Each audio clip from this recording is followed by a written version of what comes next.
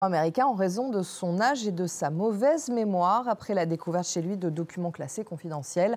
La réaction de Joe Biden ne s'est pas fait attendre. « Je n'ai pas de problème de mémoire », a-t-il martelé. Le problème est que 5 minutes après s'être défendu, il faisait une nouvelle gaffe. Mathieu Mabin, bonjour, vous êtes notre correspondant à Washington. Alors ce rapport risque de fragiliser encore un peu plus Joe Biden, qui est déjà à la peine dans les sondages pour la présidentielle du mois de novembre.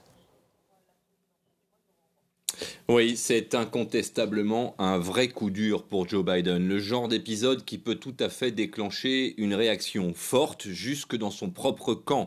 Il est inutile de faire ici l'inventaire des bourdes à répétition du président américain, vous en avez parlé, quelques-unes sont célèbres, à peu près autant que ses chutes d'ailleurs, mais concrètement, il en arrive à peu près chaque semaine. La toute dernière, vous la connaissez évidemment, elle a montré le président des États-Unis confondant Emmanuel Macron et François Mitterrand. Mais là, ce que contient ce rapport est objectivement inquiétant. Lorsque les documents classifiés ont été découverts en 2022 dans les résidences privées de Joe Biden, Merrick Garland, le secrétaire à la justice nommé par Joe Biden, a évidemment été contraint d'engager une procédure.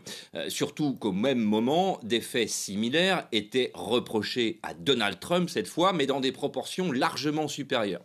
Joe Biden, alors tout à fait conscient qu'il ne devait pas se soustraire à une enquête, a regardé son ministre de la Justice nommé le procureur spécial Robert Hur pour enquêter. Et c'est donc ce procureur qui vient de rendre public un rapport de presque 400 pages et qui concrètement est un rapport assassin. On y découvre que lors de ses entretiens avec la justice en octobre dernier, Joe Biden n'était plus capable de donner les dates pendant lesquelles il était vice-président des États-Unis, ou encore qu'il ne se souvenait pas de la date de la mort de son fils. Le rapport est froid, comme la justice.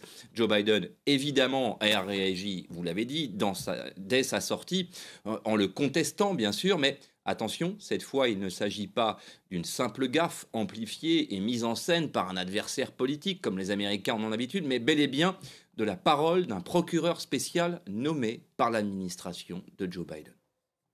Mathieu, en revanche, aucune charge n'a été retenue contre lui pour détention de documents classifiés. Oui, et c'est d'ailleurs tout l'objet de ce rapport, mais je dirais que dans ce dossier, Joe Biden ne s'est jamais vraiment senti menacé. D'abord parce qu'il n'est pas le premier ancien vice-président ou même président à être inquiété pour une erreur de ce genre.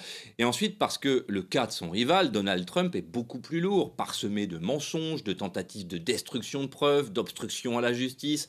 Ensuite, Joe Biden avait immédiatement reconnu les faits et paradoxalement largement facilité la tâche de la justice en ouvrant ses résidences privées aux enquêteurs, contrairement à Donald Trump.